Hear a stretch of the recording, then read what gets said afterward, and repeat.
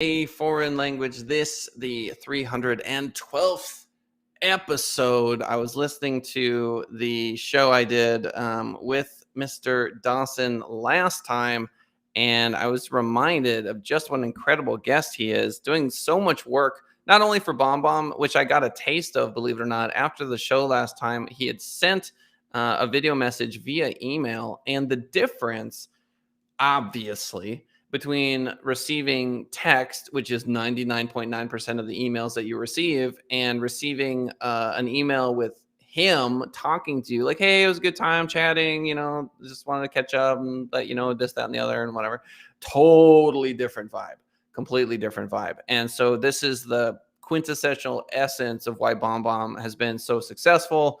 Many employees, successful by all measures, including not just capitalistic ones, but also societal ones. There is a tilapia farm in Kenya. There's I want to say like a barber shop, K-12 school, because of the work that Darin and I want to say Richard, someone in his network, not sure if he's a partner. I'll have to ask Darin when he pops on the call about that. But what does that all have to do with rosemary? I'm going to tell you. I was walking this morning and I saw some rosemary on the ground because it grows here everywhere in Las Vegas. And I put that into my tea and I drank it after doing some research, like, will this plant kill me sort of thing.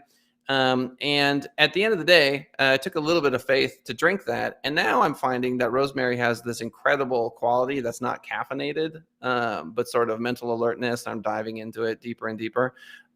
Which is to say that the experience we have in this life, it seems like coincidence after coincidence after coincidence, but I don't really think it is. I think that there's this beautiful kind of tapestry of experience that we're all experiencing, for lack of a better word, that involves being willing to strike when the moment is right, whether that's an entrepreneurial vision or what have you. And I would argue that the baseline of all these things is love for others, love for yourself, love for the things that we do not fully understand. And so it is my great pleasure to welcome back to the show the man himself, Enlightenment from the mountaintops, Darin Dawson. You always have the best intros. That's great. I don't know if I have enlightenment today. I am at 7,600 feet though. So that, it's a story as old as time. Go up to the mountains, achieve enlightenment. Yeah. So you shared with me that you're literally staring out over a lake. It's a small lake. I would call it, where I'm from in Michigan, we call it a pond. Okay, so because it's not big enough to, I don't know why. I don't know what the standard there is, what the demarcation is, but it's about a 9-acre, in Colorado we call lake. And it's named after, well, the town is named after the lake. It's called Palmer Lake. I was just telling you about this is originally a railroad town. And so this guy named General Palmer, as I just mentioned, we're at 7,600 feet. And he had built a railroad into Denver and then wanted to bring it down to Colorado Springs.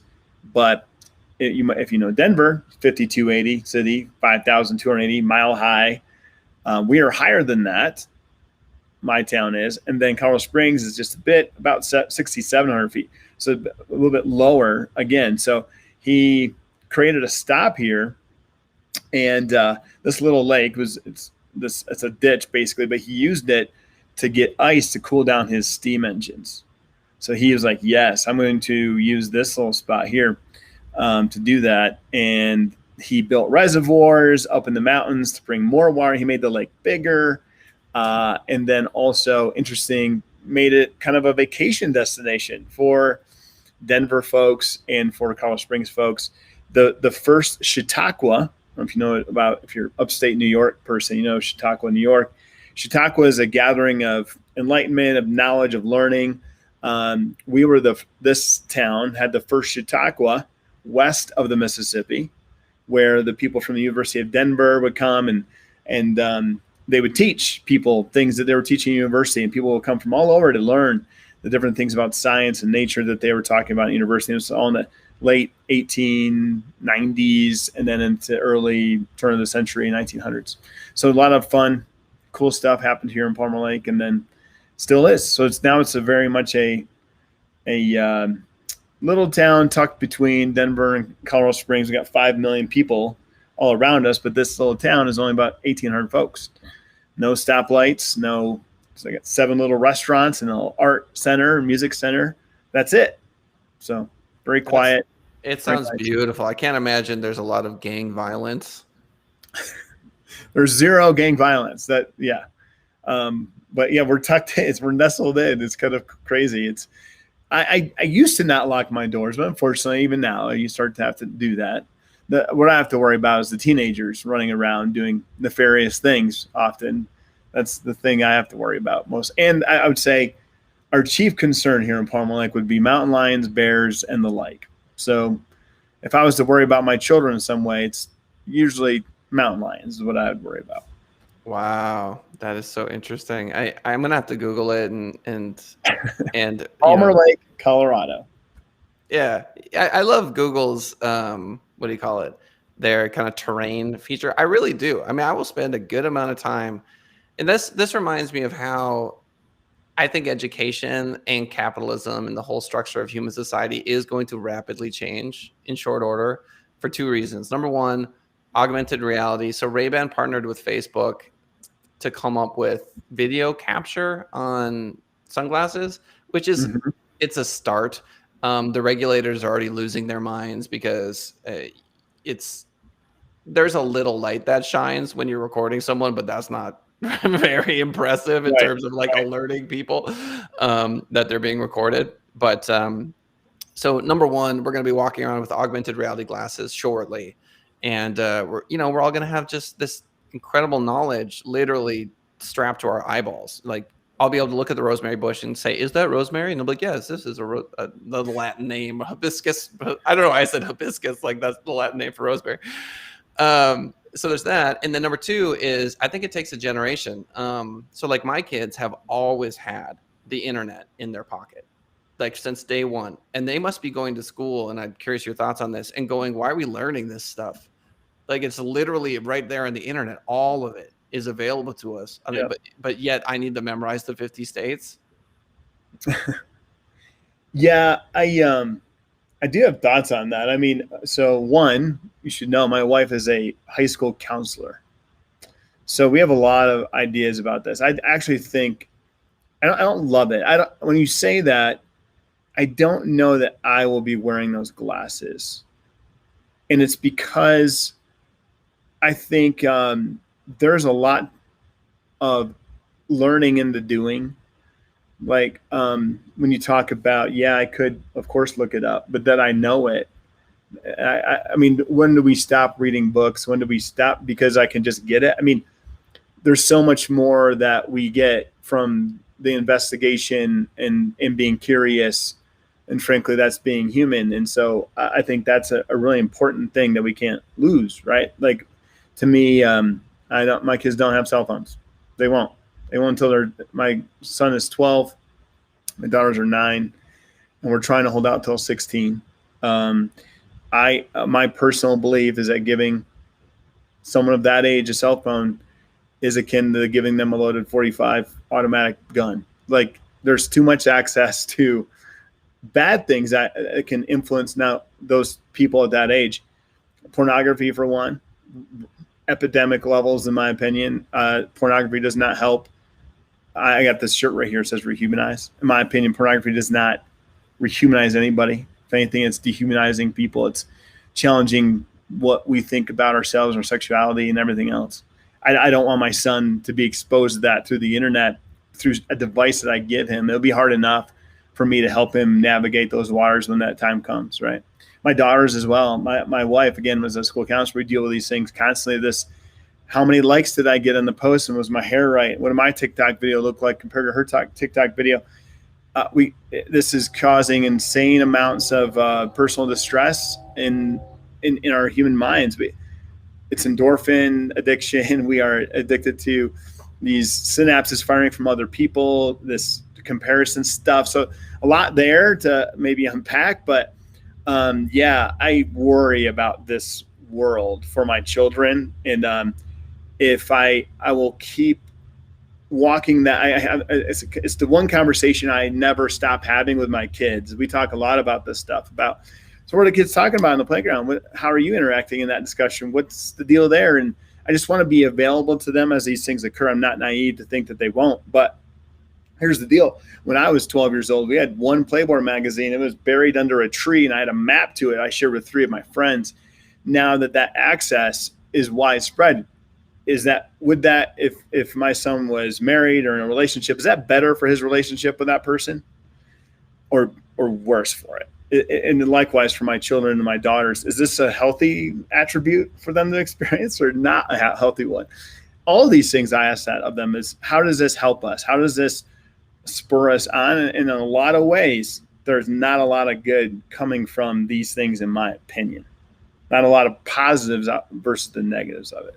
Yeah, it is truly fascinating to understand the jetpack that we're all taking towards wish fulfillment. And I use that word a lot. And what I mean by it is, in a completely virtual reality where you can just have whatever it is you want with, quote, no consequences. Right. That's where we live. I mean, if you took someone 200 years ago and showed them Call of Duty, right, or Gears of War, or some of these, some of these video games, they'd be like, what strange hell is this? Yeah. And to the degree that, let's say we could stop, murder, get people to move it to a virtual environment, then I'm all for it, 100%. Right? If that's the end result, is that, okay, it turns out that people need to kill other people. Who knows why? They just do. And it's inevitable, and it happens, and it's a thing. Okay, fine. I'll accept that. If we can shift it to a virtual environment, I would be for that, for example, like if that's what that means. And then getting back to the idea of, pornography and the widespread information. It's like Harvard has courses that no one takes for free, offering them all of the time. Right. And so it just goes to show that wherever your mind is where the internet will just create a feedback loop, and you'll just be inside of wherever that is, Yeah. It's the cost of convenience. You said that, I mean, we all of this is about convenience. We want this convenience. We just want to instantly to know it, we shouldn't have to know it for ourselves. The problem is, whoever's feeding the information has the control of whatever that source is. And there are controlling elements of that. So the more, and I feel like the more social, I believe the pandemic put us in this space. Like, we are less likely to have a conversation with someone we disagree with because we were closed off to all those people. I think when we think about going back to the office, right? Everyone's a remote worker. Everyone wants remote work. I don't necessarily think it's healthy for us. I don't think it's healthy for me. I'll just put it in my perspective. For me, just to stay here in my house. I'm down here today because I'm having this and some other meetings. I just couldn't get down to the office this morning. I think it'd be better for me, though, because where else do I experience people that may disagree with me on a social construct? Nowhere. Absolutely nowhere. If I just stay home and I just choose my social media, and I choose, if those glasses prescribe to me only the things that I am interested in, more and more and more and more and more, I will create these siloed positions, and we will be more fiercely disconnected, is my opinion, than we ever will be connected again. But Darin, you're right. See, look at all of these people that just agree with you. It's a constant stream of people. It makes my heart hurt.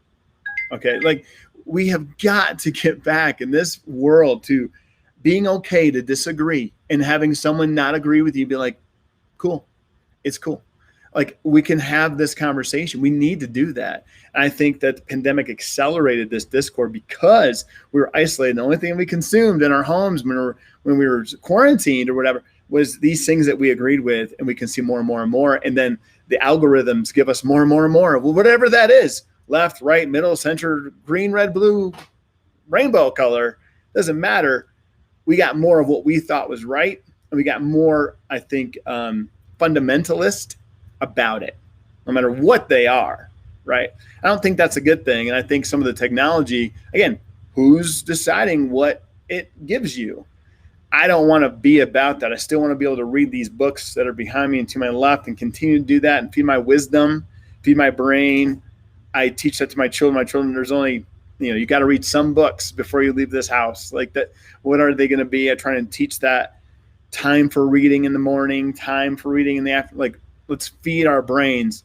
Video games, you mentioned that. It's rough. Like we're that house. We're that household. It's like an hour a week, buddy. I love you. And that's why. And as you get older, we're going to extend that, but we're going to talk about what that means and how these things make you feel. And, Call of Duty, yeah, no way. Not till he's way older, because I really believe that it gives us a false sense of adventure as men, because we desire this. So where do we get that from?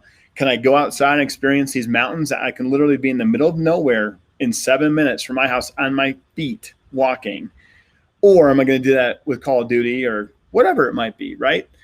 And there's a lot of things that give us fake sense of the things that we desire. And I think that's a massive problem that we're all experiencing right now. And we just need to check that. Like, are we going to my phone addiction, how much am I just like, I need more of this?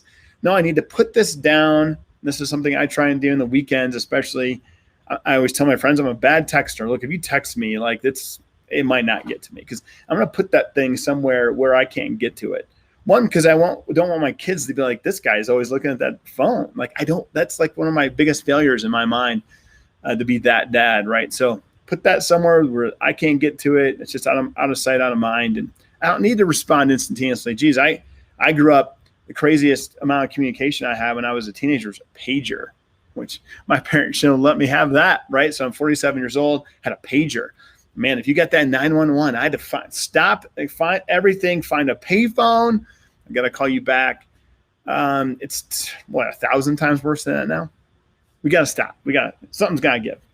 The human animal, man. It's like we are so adaptable. I love that about us. I also love that as I get older, it's like every generation has this. You know what I mean? We get older and we see the perspective of the younger generation. We go, this is a lot more dangerous than you think it is. Yeah.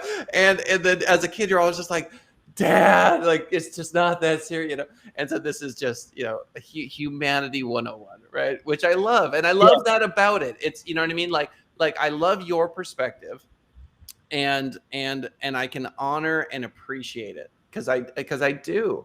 And I wanted to mention something about anonymity.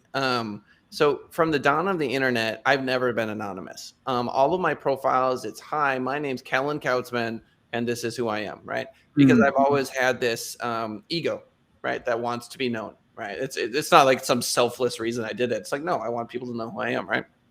And turns out that it's prevented me from being a total expletive. You know what I mean? Isn't that funny? I've never done the anonymous thing. And I feel like some people went down that path and really sort of like played with the demons and the devils and the dark corners of what they can say, because they're not a Starbucks employee. You don't know who I am, and I get to say whatever I want to you. Yeah. So from firsthand experience, I can't even talk about it because I've never experienced it. But what do you think about that? Yeah, I'm 100% in agreement with you. I think anonymity is the curse of the internet. It's what you would never say some of these things you would say to, a human being face to face. You'd never say that. You wouldn't. It would change drastically how you approach. I mean, I know a study's been done on this. When you put a mask on someone in Halloween, like, and how they start, like, it changes. If they don't know who I am, I can get away with anything. I even see this. There's also, I think, the same effect when there's no relationship with the person you're interacting with, right? And no fear of consequence. And you kind of just rage, like this social media rage that shows up. And I believe it's also when they can't see your face. You never do that face to face. You would never do that. So I don't enjoy text emails, because I want you to see me. I want that to be there. I think you've seen this in social media, just keeps ramping up, and we just keep biting at each other. It's like rabid wolves, man. It's horrible. I hate it. And it's because I have no relationship to you, and I don't care what you think. There's no consequences to my actions. But then that trades out into anger and all kinds of other ways in the reality of our human experience in reality. So I do think that we get so used to that then when we show it in other places. Again, we see this in our culture constantly. We're raising our kids to think like that. That's not a healthy. I mean, when I grew up, if you were to do that back then, you would get punched in the face. And someone, in my perhaps my father or others would be like, you might have deserved that one, right? Like that's how we correct in some circles. Like that's a correction that you needed, but you learn very quickly. There's a consequence to me telling you to F off. No, what? Like that's met with resistance. It should be, but there is no. It's just words. Boom. Oh, Boom. Boom. now you get a lot of love. You get a lot of people. Oh yeah, Get encouragement. a lot. Oh Right. yeah, because Yeah. it's almost like there's this amazing comedian who I loved. His name was Bill Hicks. He passed away, unfortunately, years and years ago. But what they used to do to him is they would just promote the craziest behavior. They were trying to get him drunk. They were trying to get him to say more and more outlandish things on stage. And that's fine if you're a comedian and that's your profession and that's the path you want to go down. And you're really, because I mean, comedians, pain plus time equals comedy. You know what I mean? And so they're really sharing some, some dark stuff. But they used to do that to him. And I'm reminded of that. It's almost like we have an entire culture now that the value of attention and whether or not I can get and hold your attention has become such a premium that the willingness to do more and more outrageous stuff is just there's such an incentive to do it. The hierarchy is more obvious than it's ever been. Like 16-year-old, boy, girl, whatever. It's like, how many Instagram followers do you have? How much love are you getting on your post? I mean, that's the pecking order right there. Yeah, they use some word for it. I'm trying to think about how much how outlandish it can be. Like rage or something. I spent a fair amount of time looking at this stuff with my wife because she deals with it constantly. It's just constant, and so you know what? I forgot that you must talk about this constantly. I fear, that we don't realize the consequences of some of this stuff. Yes, you are logging everything you're doing. What are you going to do about that in 10 years when you're trying to get that job? I'm sorry, but that's just going to be a part of it. So I'm thankful that my world was not documented from 17 to 25 or something, right? Before, when did Facebook show up from like 28? I don't know. And I'm not a Facebook. If you look at my Facebook profile, it's very pedestrian. Like I'm not one to put my life out there, and I will encourage my children not to be that as well. Right.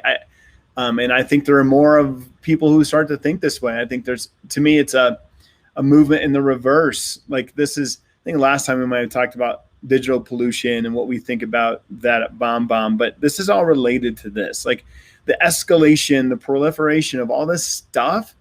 God, is it healthy? It's like in the 80s, we did this industrial complex on food. And we discovered, lo and behold, that causes cancer. 70s, 80s, we just blew it up, right? Like, let's just make it efficient. Food's efficient. Well, there was a consequence to that. I think that we are doing that now with this. And so what's the consequence? I mean, it's stressful. I think you got depression that is out of control. You have teen suicide that is out of control. You have these things, this consternation, this angst. I hope there's a culmination and de-escalation of it, like there has been as a response to how do we make food more efficient in the 80s and 70s that I grew up with. Luckily, I grew up on a farm and didn't consume that. Maybe I have a few more years than my contemporaries, but you know what I mean? There's a consequence to that happening. There would be a consequence to this happening. I hope there's a de-escalation of it at some point. Yeah, I agree with everything you said, and I'm going to share this story. So Rebecca Hoffner, Dr. Rebecca Hoffner Perlman, is my sister. When I was in third grade, fourth grade, something like that, my mom sat us down and said, "You have a sister that you don't know about." I had her when I was in high school and gave her up for adoption, Catholic Charities, or Catholic, whatever. And anyway, so if the phone rings and someone says, "Hey, I'm your sister," it's not a prank call; it's real, right? Okay, great. Years go by, my mom passes away. 2-3 years after she passes away, through Facebook, my stepdad connects with Rebecca. Now Rebecca's part of our lives. So yes, to everything you just said. And also this. So it's complicated, you know. I mean, there's a lot of amazing stuff coming out of Facebook, a lot of connections. If you play the game right, it's an incredible way to stay in touch with friends and family and be more connected than you ever have been. It's a tool. And it can be used for good. I cover Facebook, Twitter, and it's like I get to choose which story I want to cover. Do I want to cover the incredibly beautiful, look at this amazing thing that happened, or do I want to cover the like noxious, toxic fumes of the underbelly of the septic system that is? Yeah. You know what I mean? The internet. Yeah. So how, I was asking you a question on that. What point in your life were you mature enough to do what you just did, which is weigh that and decide for yourself that this is good about this and this is not good about that? I think that's the tough part for me. Spend a lot of time. For me, my focus here is on our youth, and in that we are like everyone's in this thing culturally now. You started this by saying, this was new, and it was very new for me. I'm a Gen Xer, so I crossed over into this. I remember it being at zero, and I remember it today in current form. So I just wonder at what point maturity I had enough to say, yeah, that's toxic. I'm not going to engage in it, because many of our peers and people my age and your age and older than us, do not, absolutely do not. It is very toxic for them. So do I have the maturity or the wherewithal to know how it's affecting me and how it's not? I think you know what I mean? Like your response to that, well, I agree with you. I would weigh. I think that I would approach it the same way. That's how I think about these social media channels. It's to stay connected, not living my life out through them, or do I take the lens of my life through them either? So I think that's interesting, but who can handle it? And I struggle with that. Like we're not doing very good with it. You know what? It's legal drinking. we all just went, you know what? 21.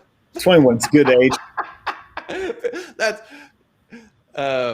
18 for smoking or what have you. Well, the story with that was 18 for drinking, but the federal government wanted that to be different. And so they would not, something about the roads and the highways. I remember this, some book I read about this. And that's how we got the drinking age up to 21, if I remember right. Something to do with like. So I bet we'll get there. I mean, we're all very, very, very young and immature when it comes to understanding this tool. And we're kind of like throwing it around like, it's like a party, it's sort of like, whoa, and now we're obviously dealing with some of those consequences. So I have faith in humanity. And I think in your particular brand of the way that you perceive it is precisely up to you. I mean, that's the beauty of it. It's your family, your kids, your understanding of the world. Like that's still beautiful to me that we have that. Like I choose whether my daughter has a phone, and I've got a watchful eye over what she's doing. And it's coming from a place of love. It's like, I want her to have the best possible life that I can give her. And you want that for the people in your life too. That's the nature of it. A good thing we solved all of the problems. We did it. 28 minutes. We did it. It's easy. I don't know why other people struggle. You and me, it's a piece of cake. I want to make sure that y'all check out BombBomb. It is legit, as I mentioned at the beginning of the show. The difference between just more text. I mean, my God, how many emails have you gotten that are just text and you just gloss over them? You don't even pay 2 seconds, but you get that video, and it's obviously much more than that. So I want to give Darin the floor in the last minute here of the show to pitch BombBomb and why you should buy it today. I'm just going to tie it back to the conversation. Look, anonymity, not when you're on video, right? Have you ever been misconstrued, misunderstood, your position maybe taken in the wrong way? That's less likely to happen when we're communicating more face to face. I'm using tone right now. I'm using inflection. I'm using my hands, and you can see the sincerity. I think if you're watching me in my face, your brain's telling you that. By the way, your brain is reading my communication and telling you what to think about it through your personal experiences that you built up till today. That is what you don't have when you're simply relegating your text, or I would even say the customer experience you're providing to your customers if you own a business.